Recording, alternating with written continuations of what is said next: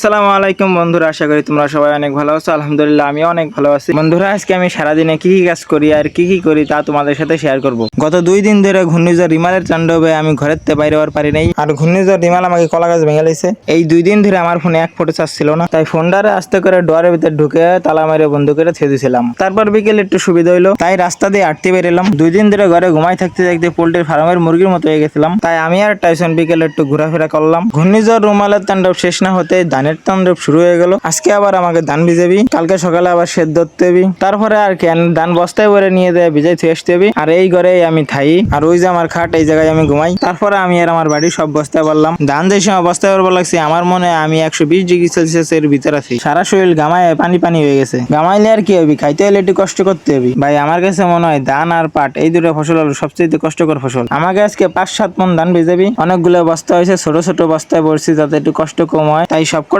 বস্তা আস্তে আস্তে করে নিয়ে গেলাম। 1-2 সপ্তাহ কষ্ট হলে সারা বছর ধরে শান্তিতে খাওয়া যায়। তারপর বস্তাগুলো এনে এক জায়গা করে রাখলাম। তারপর আমার বাড়ি আমার কয় আমি 1 বস্তা নেবো। আমি কলাম নে। তারপর বস্তা উঠাবে যে ওর কাম সারা, আসবি না বস্তা উঠেবি। আমি কলাম আমার কাছে দে। ও কয় আমিই নিবো। তারপর আমি বস্তাতে সব ধান ঢেলে ফেলালাম। সবকটা বস্তা আমি গাড়ি হয়ে আনছি, মাথায় হয়ে আনি নেই, কারণ মাথায় হয়ে আনলে যদি আবার খাটো হয়ে যায় এর জন্যই মাথায় আনি নেই। এমনি বেশি লম্বাই নেই, তারপরে আবার খাটো হয়ে গেলে তারপরে তো আরেক ঝামেলা। সব ধান ডাইলে ফেলায় ভিজাই থোয়ার পরে এনে আবার তালের খাঙ্গারি কাটতে হবি। তাল গাছের ডালাইতে তালের পাতা সারাই লাইতে হবি। এই তালের পাতা দিয়ে কালকে সকালে ধান সেদ্ধ ধরবো। তোমরা আবার সবাই ভাইবো না আমি একা একা এত কাজ করছি। আসল কথা হইলো আম্মু সব কাজ করছে, আমি আম্মুর সাথে সাহায্য করছি। তালের পাতা কাটা হলো অনেক ঝামেলার কাজ। তালের পাতা কাটবার গেলে হাতে ঠুসা পড়বি।